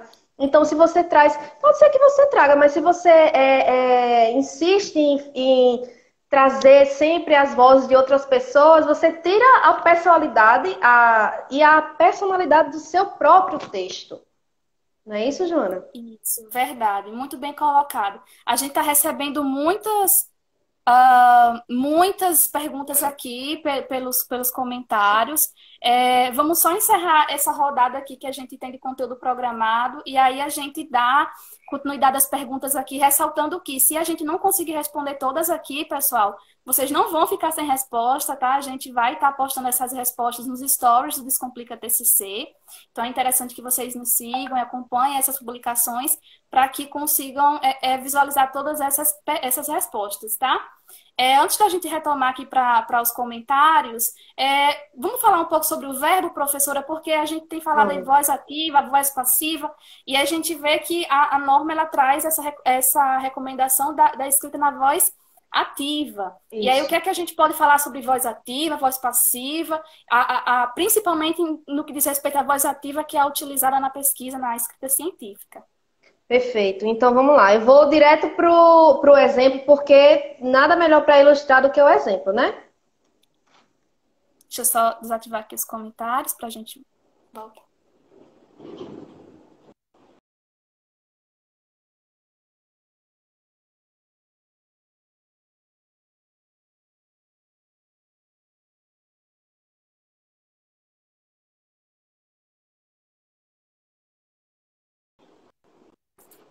Para chegar. Então, aqui a gente tem um exemplo de voz ativa. O aluno cursou a disciplina de metodologia do trabalho científico. Percebe? O aluno cursou a disciplina. Aqui embaixo a gente tem um exemplo de voz passiva. A Joana havia falado anteriormente que ela só consegue entender voz ativa quando comparada à voz passiva. Mas na voz passiva a gente tem aqui, a disciplina metodologia do trabalho científico foi cursada pelo aluno. Percebam, na voz ativa a gente tem um aluno cursou a disciplina de metodologia do trabalho científico. O aluno, ele é o sujeito da proposição, ele pratica a ação. Ou seja, o aluno, como sujeito da proposição, pratica a ação que o verbo trouxe, que é o de cursar a disciplina. Na voz passiva, a disciplina metodologia do trabalho científico foi cursada pelo aluno, o sujeito sofre a ação imposta pelo verbo. Percebe como é justamente o contrário? Aqui a gente tem outro exemplo que ilustra melhor ainda. O presente estudo busca a compreensão acerca da configuração do ensino de língua portuguesa na contemporaneidade. Isso é usar a voz passiva. O presente estudo, ele busca, certo? A ação expressa pelo verbo é praticada pelo sujeito da oração. Eu sei que parece muito técnico e pode ficar confuso para alguns dos nossos ouvintes, mas é justamente isso, pessoal. O sujeito ele precisa expressar a ação que é praticada pelo verbo. Certo? Expressa pelo verbo é praticada justamente pelo sujeito da oração. Mais uma vez, o presente estudo busca. Percebe como isso é direto ao ponto? Na voz ativa, a gente vai direto ao ponto. A gente não tem o sujeito como sendo passivo daquela ação. E é justamente isso que a gente chama de voz passiva. Maravilha. Assim fica muito claro, como a senhora falou, eu sempre costumo entender mais o que é um texto escrito na voz ativa quando a gente compara ali com a voz passiva. Perfeito. Vamos tentar responder aqui a pergunta de um dos nossos ouvintes. Deixa eu ver aqui se eu não vou deixar ninguém passar. A Tereza Renault está falando aqui, boa noite. Há distinção no estilo da escrita das produções científicas? Artigo, TCC, dissertação e tese? Na verdade, não. Todas essas escritas, elas ficam sob o julgo dos parâmetros que a gente já citou anteriormente. Tanto os parâmetros de cientificidade quanto os parâmetros da escrita dos textos. No entanto, a gente tem o que a gente já falou anteriormente sobre a questão da diferença dos gêneros textuais. Cada gênero textual, como é o nome da moça? É a... Tereza, né? É Tereza? Isso, Tereza Renault. Tereza, a gente tem, cada gênero textual, ele tem suas características, então é necessário que a gente atente para essas características e atenda na hora que a gente for escrever. Um artigo, ele é diferente de uma monografia. O artigo ele é mais conciso, ele é menor que uma monografia. O artigo ele tem aqueles resultados, aquelas discussões que você vai visar contribuir, por exemplo, se você for publicar. Você tem que atender aos parâmetros da revista que você vai submeter o artigo. A monografia, para fins de trabalho de conclusão de curso, por exemplo, é um trabalho que tem um fôlego maior. Já está dizendo no nome. Monografia, você vai monografar, você vai se dedicar, se debruçar a um determinado tema. Vão ter temáticas tangenciais, mas você vai se dedicar à escrita daquele tema. Dissertação já tem outras características e tese já tem outras características. Certo, pessoal? Verdade, professora, muito bem colocado. A bibliotecária SM Santiago, ela fala assim, e citações na introdução? É correto? É aquela coisa da conclusão. Ali você vai estar introduzindo o tema. O tema, os seus objetivos, a sua metodologia. Se for, por exemplo, uma monografia, você já vai falar da metodologia na introdução. Pode sim trazer citações, mas aqui fica a indicação de que você utilize citações indiretas, certo? Não é visto com bons olhos que você traga citações diretas já na sua introdução. É melhor que você deixe essas citações diretas para o momento, para a sessão, para o capítulo que você vai dedicar à fundamentação teórica, seja um, dois, três, quatro capítulos, mas é necessário que você deixe essas citações diretas, guarde essas citações diretas para a sua fundamentação teórica. Pode trazer sim, mas é recomendável que você traga citações indiretas, as chamadas paráfrases, e sem esquecer de citar, tá, pessoal? Não é porque E você faz referenciar. parágrafo e referenciar. Não é porque E você está fazendo uma paráfrase que você pode se apropriar do pensamento daquele autor, de forma alguma. Você quer trazer aquele pensamento daquele autor para a sua introdução, porque você acha que introduz bem o tema que você está tratando, não esqueça de citar, mas de referenciar, certo? Como bem colocado por Joana aí. Maravilha, Verônica. As suas colocações são perfeitas para essas dúvidas. O professor Marco Larena, que felicidade tê-lo conosco aqui nos comentários. Ele fala: você aparece nas considerações finais. Então, realmente, é optar por, nas considerações finais, não fazer uso de citações, nem as Isso. indiretas, tá? É ressaltar a sua presença na pesquisa, a sua escrita. É, tem a Ashley aqui elogiando, dizendo que está indo para o P2, mas que está amando a qualidade do conteúdo. Muito obrigada, Ai, coisa boa. Ashley. Muito bom ouvir isso. A Naliana Mendes pergunta, e sobre tudo que eu for falar, precisa fazer uma citação sobre? Se é preciso eu referenciar tudo que eu estou falando? Se você tá, como é que eu posso dizer? Se você está trazendo o pensamento de outro autor, você precisa, obviamente, referenciar. Mas não. Você é autor daquele texto. Você não vai construir um texto só com citações, de forma alguma. Cada citação ela precisa de sua argumentação, ela precisa da sua intervenção, ela precisa das suas ideias.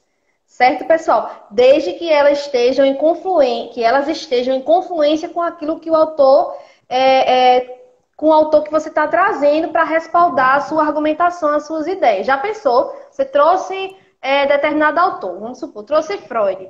Freud disse uma coisa ali na citação indireta, na citação direta, que eu coloquei no meu texto. No parágrafo anterior, no parágrafo posterior, eu vou lá e contesto, você pode contestar, mas eu vou lá e mudo completamente a ideia que o autor trouxe de forma confusa ou de forma difusa também, de forma Arbitrária, complicada, né? arbitrária, aleatória. Então, isso não pode ocorrer. Você tem sempre que estar conversando, seja para criticar, seja para não concordar, mas que a sua argumentação ela esteja em confluência, que ela esteja conversando com as suas citações, sejam elas diretas ou indiretas. As citações elas servem justamente para respaldar o que você está colocando e elas servem analogamente como elementos de coesão, ou seja, elas vão conectar os conteúdos do seu texto, os parágrafos do seu texto, as citações indiretas e as citações diretas também. Perfeito, perfeito, Certo? perfeito suas colocações. Maravilha, professora. A gente tem aqui mais alguns elogios. A professora Alzira dizendo que orgulho dessa equipe, um Coisa complementando o boa. conhecimento do outro. Muitos elogios para a senhora, para suas exemplificações, sua abordagem. E aí, professora, a gente vem se encaminhando para o finalzinho aqui da live. E eu faço uma pergunta. A gente vem falando aqui de quais são as características desejáveis, né? O que vem para beneficiar o nosso texto. E os inimigos, professora, assim, quais são os inimigos do contexto? O que é que torna a nossa escrita, o que tira delas essa imagem de cientificidade, o que pode manchar a nossa escrita? Então, a gente tem assim, inicialmente a gente traz a questão do gerundismo, que é uma herança da fala, que é uma herança da linguagem oral, que não pode ser transposta para a linguagem escrita.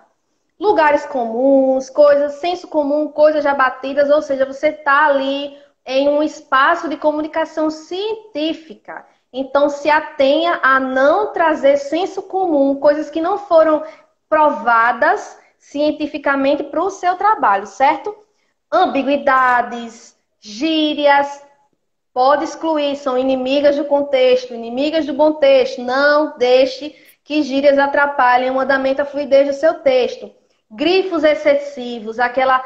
Eu peguei um trabalho para normalizar e para fazer a correção, que ele estava muito grifado. Todo momento tinha grifo, todo momento tinha destaque em negrito, destaque em itálico. Isso atrapalha o bom andamento do texto. Como eu já falei anteriormente, adjetivos em excesso e principalmente, pessoal, hermetismos e verbalismos. A gente sabe que o pesquisador, ele está iniciado naquela área, certo? Então, ele domina a linguagem técnica daquela área. Mas isso não quer dizer que ele possa usar de obscuridade, certo, pessoal? Verbalismos, a mesma coisa. Verbalismos é quando você tenta florear demais. Você quer parecer inteligente. Sabe que você quer parecer inteligente? Aí você se utiliza de floreios, de rebuscamentos que tornam a sua linguagem, que tornam a sua escrita extremamente, usando aqui o termo que a professora trouxe, sujam o andamento, o desenvolvimento da sua escrita. Para isso, eu trago, para finalizar, uma citação de Maria Rita Kell.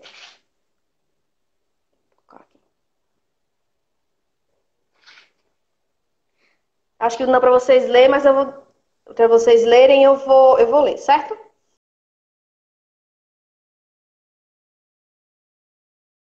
O mérito de um texto bem escrito é, sobretudo, ético. Liberta o leitor. Ao contrário do que estabelece certo senso comum pretensamente científico, a complexidade conceitual de um texto não precisa nem deve corresponder à obscuridade da escrita. Que o digam os leitores de Montaigne, grande filósofo de fácil leitura, cuja amplitude e profundidade dos ensinamentos não ficam nada a dever aos seus contemporâneos. Ao contrário, com frequência, Montaigne os ultrapassa.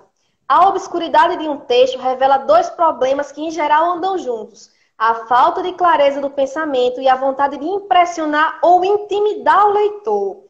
No segundo caso, reconhecemos o artifício empregado por quem deseja dominar um campo de pensamento através da supercodificação dos conceitos, dos mais simples aos mais intrincados, de modo a criar uma língua somente para iniciados.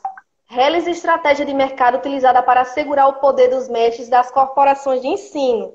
Ou seja, é justamente isso que a gente estava falando, pessoal. Não busque a obscuridade, busque a clareza, busque a concisão, busque a objetividade, certo? São critérios muito importantes para que seu texto tenha essa alta performance que a gente tanto busca. Não poderia ser mais pontual nessa questão, professora. Foi perfeita a sua colocação. Essa citação veio para brilhantar ainda mais esse momento de discussão. A gente está recebendo, pessoal, a gente tem aqui uma pergunta da SM Santiago. A gente não vai conseguir responder agora por causa do tempo. A gente está se encaminhando para o final da live agora, tá certo? Pela questão do tempo. Mas eu já printei aqui e vamos postar a resposta da sua pergunta lá nos stories, tá certo? Para não ficar sem esse retorno, assim como as demais perguntas que, porventura, não foram contempladas. Se eu passei a deixar batida alguma coisa aqui, tá certo? Professora, a gente teve pergunta de sugestão de livro, de material, de curso. Perfeito. Então, o que a senhora traz aí de dicas para quem está querendo ingressar e melhorar o seu desempenho na escrita?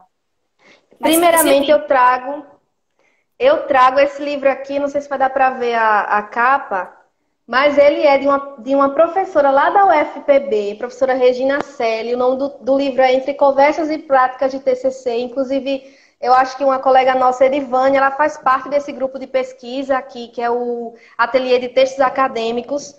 Eu indico muito o Ateliê de Textos Acadêmicos e a professora Regina Célia, ela é referência nessa área de gêneros textuais, de escrita acadêmica. O Ateliê de Textos Acadêmicos, ele é muito famoso lá no CCHLA da UFPB e até fora dos muros da universidade, ele transcende os muros da universidade. Então eu trago, mais uma vez, esse livro aqui, Entre Conversas e Práticas de TCC. Quem quiser pode ir lá no Instagram do ATA e buscar conversar com a professora Regina Celi e a equipe do Ateliê de Textos Acadêmicos, certo?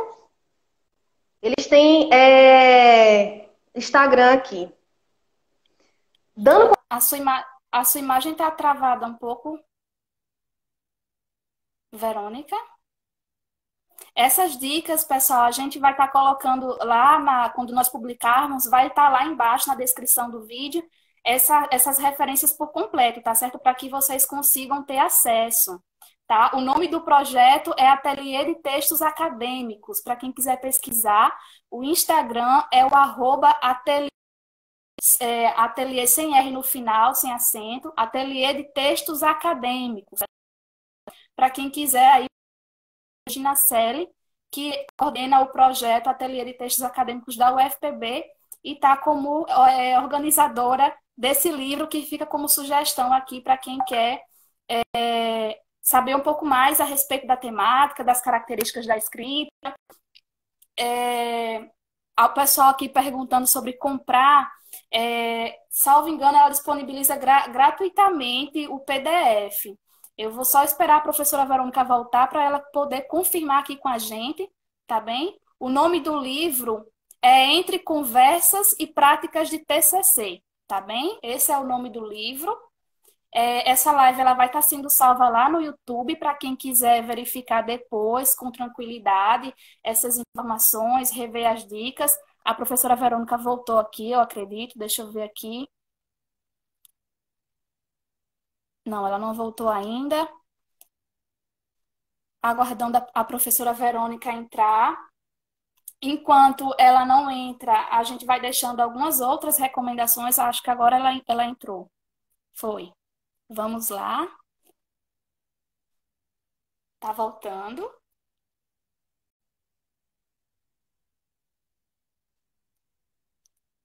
Tá demorando um pouco para ela conseguir aceitar. Vamos lá. Prontinho. A internet hoje não está ajudando, né? Mas vamos lá, continuar.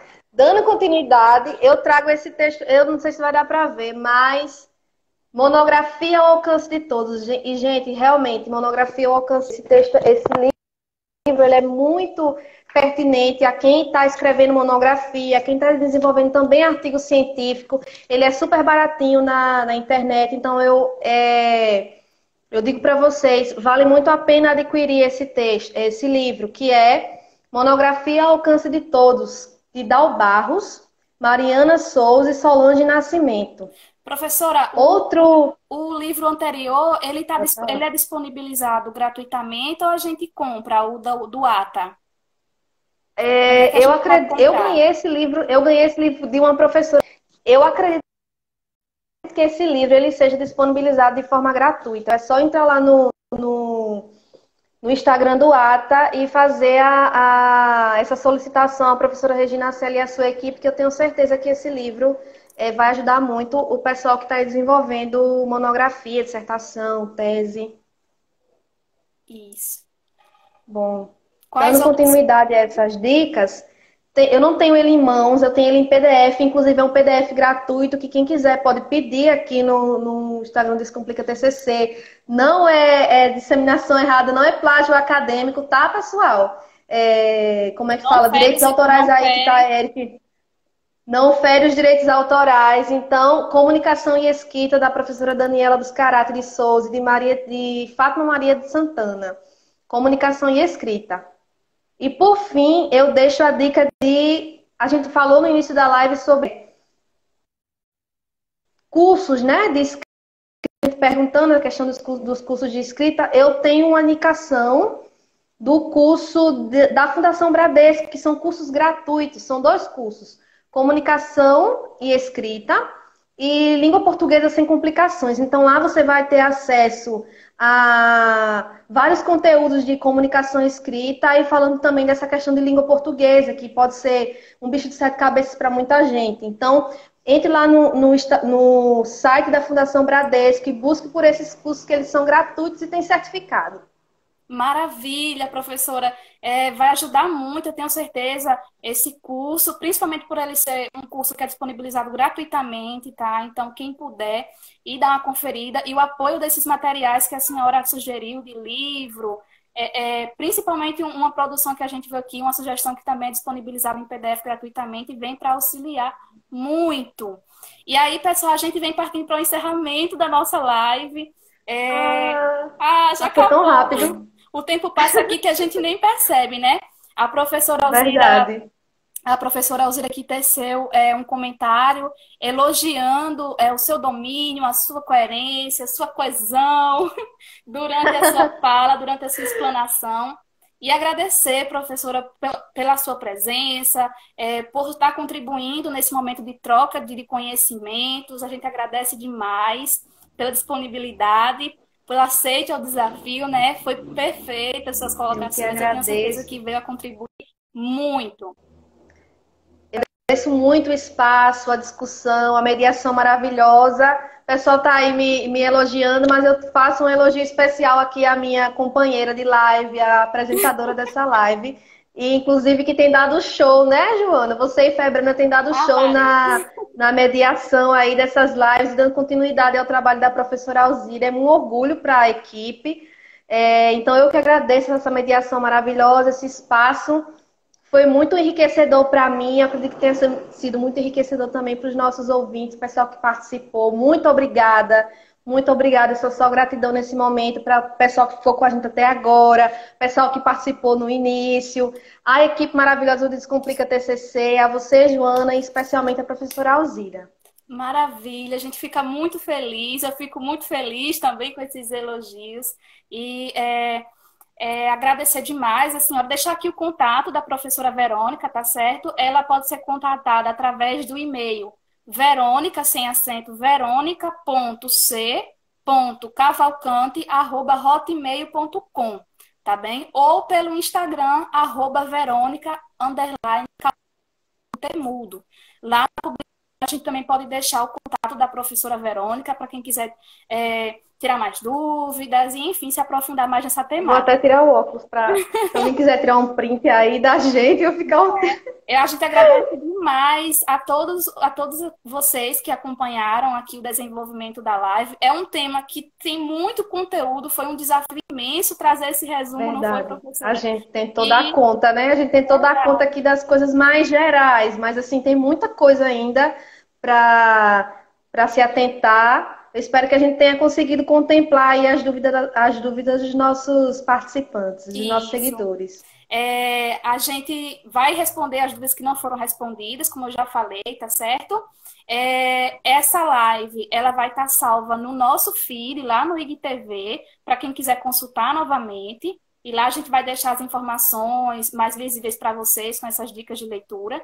Lá no nosso canal do YouTube também. Então, para quem não sabia, corre lá para o nosso canal depois que esse vídeo vai estar sendo postado lá também, tá certo? A gente fala aqui sobre a nossa próxima live, que vai ser na próxima quinta, dia 26, às 19 horas, trazendo a temática fontes de informação para a fundamentação teórica. A gente falou aqui, uma das nossas ouvintes mencionou a Falou da importância do uso das importância. fontes.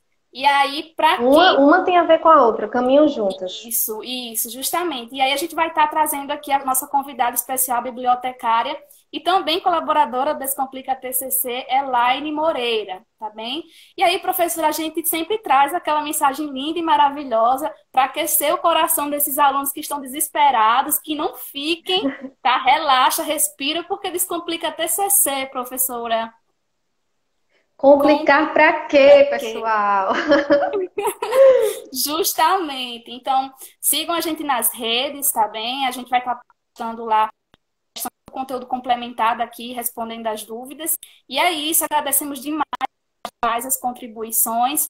Fiquem todos na paz, fiquem todos bem. E até a próxima live. A gente se vê em breve, tá bem?